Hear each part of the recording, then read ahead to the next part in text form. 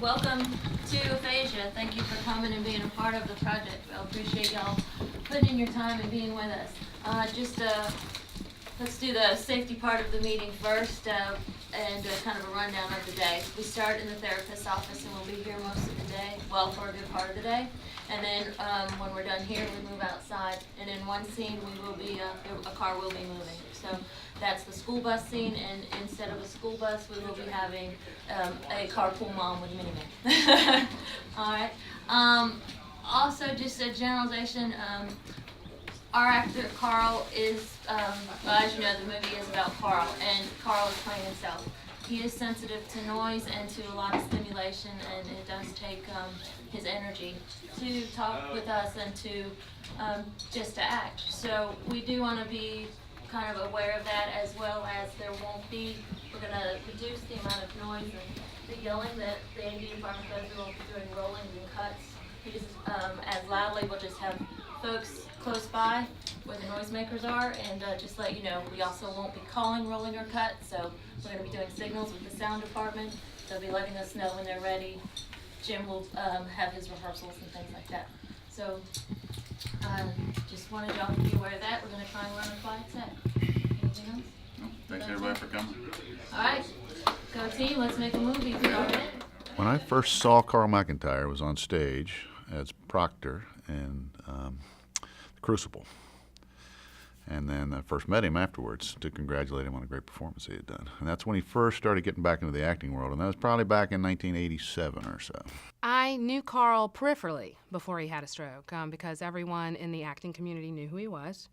And I had auditions with him, and he was a teacher in the acting community. He was a very prolific actor, so I knew him in that sense, but I didn't know him, I didn't know his family, I didn't know him personally then. And actually, right before the stroke, we had just had a really good audition together.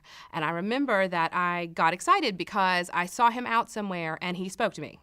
And I remember running home and telling my husband, oh my gosh, Carl McIntyre actually said hello to me. He said hello to me. And it was a big deal because everybody knows who he is. And I was a newer actor on the scene at the time, so it was a big deal to me. Carl and I went on to work with the Charlotte Shakespeare Company, and that's where we grew to be good friends. The Charlotte Shakespeare Company started off with a group of people who wanted to get together and create. And we were all pretty much kids back then. We were talking 80s. So, it was a lot of people who were willing to sleep on the floors, willing to do what it took to do theater. Where none of us were going to make any money, but we were certainly going to create some art together. And through that, a bond was created through this group of friends that has just continued on through our lives. And it's a very important time. And that group of friends then moved over into a group of film friends where we got together and started making movies and met people in the film industry. And the group of friends grew, and it just became this incredible group of really talented people. Jim and Lon and Shakespeare, good friends. But now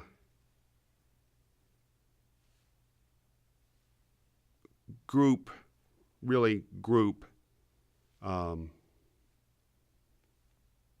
Jim and Chuck and Michael and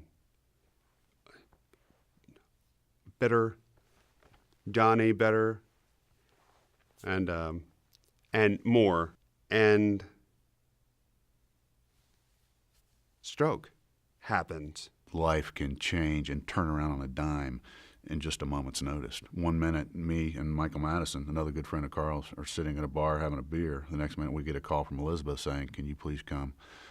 I need your help. I'm at the hospital with Carl." And we drive to the hospital, and there he is, stretched out, staring up at us, pleading with his eyes. Then you can do nothing. You're absolutely helpless. So that's pretty traumatic. Jim is writing movie, and all in. I'm okay, fine. I'm itching for something. I think from the very beginning, well, let's say 6 months after the stroke, when we could be around him and socialize with him, Carl remembered the stroke, and he's always wanted to tell his story of the stroke. You know, this is my story, and I want to be able to tell my story, whether it's in play form, whether it's in movie form, whatever. I'd like for my story to get out there. And when I started interviewing Carl and thinking about writing the script, you realize what a powerful story it is. Now, the problem we found with the script, and the reason that it took us probably as long as it did to do it, is that we could never figure out an ending, because here's this guy who doesn't get better, or at least not in our sense of what better is. His life has changed, and he has changed forever. So how do you turn that into a workable ending for a story? And I think we came to realize that maybe acceptance can be a true ending of a story. I had heard that there was a screenplay that Jim had written that was about Carl and about his life post-stroke. And I was approached by someone here in town who was looking for producers to produce readings at his space. And so I called Jim up, and I think I said to Jim, you know, I don't know where you are with your screenplay, but I've been approached about this space. It's a great black box space, you know, and if you think you're at the point where you might want to do a reading with an audience, I think this is a proposal that we could do, and we could probably get the space. And Jim said, oh, I definitely want to talk to you about this. And so I think at that time, we met for a lunch, and we talked about it. And I think during the meeting, I said to Jim, you know, we could do a script in hand reading, and you know, if you really think you're going to produce this thing, you know, we could maybe turn it into a fundraiser. And I think that's what I said. I mean, that's my recollection of it at the time. And I think Jim said, well, yeah, we're definitely going to do it. We're going to, you know, we are going to produce it. We have every intention of producing it. And he asked me to executive produce on the spot. I need a redneck feast unless you got all three. Are we here to play cards or what? Come on, boys, let's sling some boards. Carl slumps a little in his chair. Carl, how you doing? Tired. Tired, Carl? Carl shakes his head no. Yes. We ought to go. They all get up to leave. Come on, Carl. I'll wheel you back to your penthouse. The guys watch as Carl is wheeled down the hall. And we had the idea that because possibly of the contacts and of the fact that Carl was very well knit in the actor community, and that Jim and Chuck Bloodsworth and Tanya, and that we had all done a lot of things together, that we would maybe be able to get some support from the community for this particular project. I don't think we had any idea at the time how much support we would end up getting. I mean, it was really overwhelming. I'm overwhelmed because friends know brothers. There were so many strong, talented people behind this film. So many people came together, which is just a whole other story of itself, because a whole community. We had over 200 people come together to make this movie. Our biggest expense was feeding all these people who wanted to jump on board and help tell the story. First day of filming,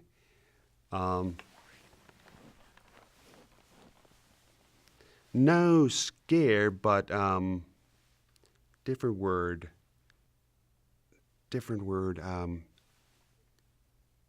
Well, scared. Maybe I got it now, or maybe bad, or maybe I don't know. But first scene, and no problem. Bike, ride a bike, same thing. It feels like some sort of film miracle or something.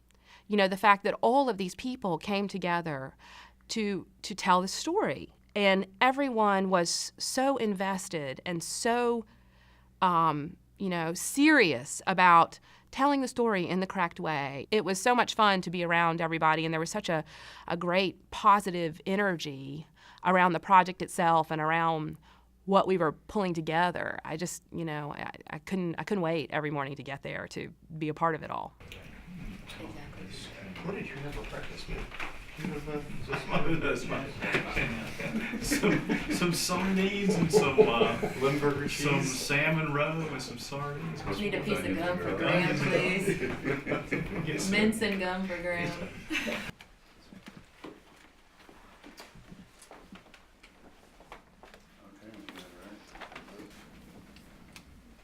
So, Carl, do you mind if I call you Carl? Working with Carl as an actor on set, there are some things that were exactly the same as working with any other actor. And he was actually so good that it was an easy, not a hard job, really. We did some things during the film, during the shooting, to make Carl more comfortable. We shot him at certain times of the day that were best for him, and we also had a quiet set, which I thought was great. We wouldn't yell, rolling, action, any of that stuff. We talked to the crew. We made sure the crew knew that everyone needed to tone it down.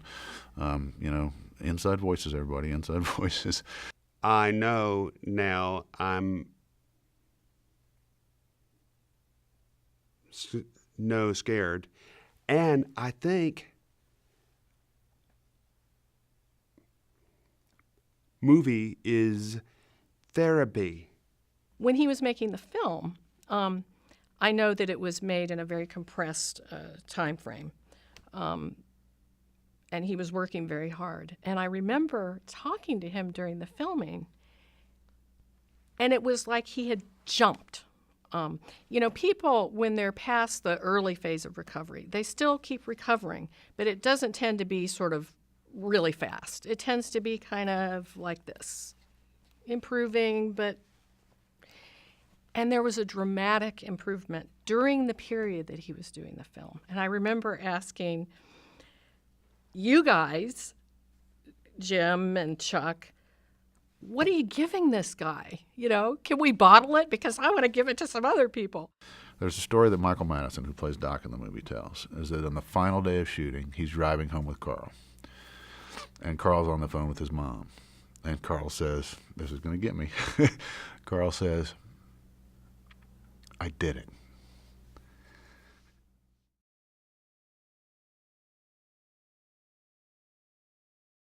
The premiere, it was a lot of fun. It was a lot of fun. I have to say, I've never had more fun in my life than the premiere of this movie. There was just everybody that had worked on the film came to see the movie. There was such excitement in the town about this being done. We sold out all 3 screenings in the largest theater they had at the Epicenter, which was fabulous, and it was so much fun to be a part of, to kind of be able to celebrate the idea that all of these great people had come together to do this project, and then to see everybody's response, and it was very rewarding. To see someone who was struck down the way he was, such a vital young person, the breadwinner for the family, to be so devastated, and then to see all of his wonderful friends and colleagues come together out of love and make this thing happen for him. And then to realize what it was going to do for other people. It wasn't just a wonderful thing for him to get back into what he loved so much. It was clear from the very beginning the impact that this was going to have. And to see it continue to have that impact and to grow the way it has been. It's just wonderful. I don't think I had any idea of what it would become, in terms of Carl traveling with the film, in terms of, the number of people that it would end up affecting in such a positive way and all of that stuff. That's the part that I don't think I was thinking about at the time. I knew that we were going to do the film, and it's all seemed to be so great and going very well, but it's just, I would have never imagined that it would turn into what it is at this point, 2 years later, with all of the traveling that he's doing, with the fact that he's going to Australia, with the amount of phone calls that we receive on a daily basis about the availability of the film, the availability of Carl. I just would have never imagined that that would come out of it. The first time that he got up and really nailed that speech, it was an astounding moment. And it was astounding not just to watch Carl do that, but to watch the audience get what he was saying. It brought a tear to my eye the first time I ever saw him give the speech, because it's like this energy exchange that happens between Carl and the audience, and it happens from the minute he enters the room. He's a powerful presence. He never lost his stage presence. He never lost his ability to work an audience. And now he has all of these, all of these talents in one. His teaching, his acting. He can pull all of those together and just really, really grab an audience. Ladies and gentlemen. Ladies and gentlemen. Ladies and gentlemen.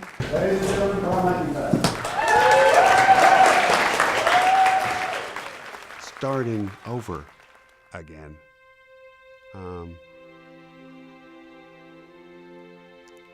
Second chance. And I know I never be the same. But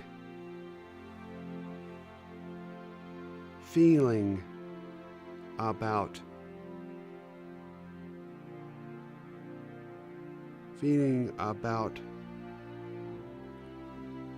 me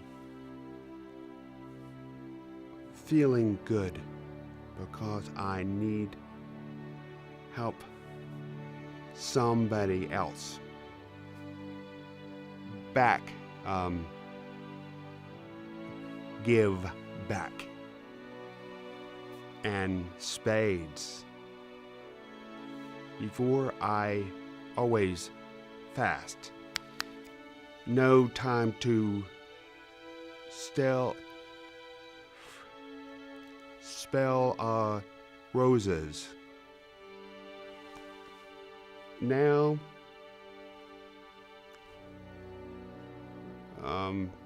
garden. Yeah.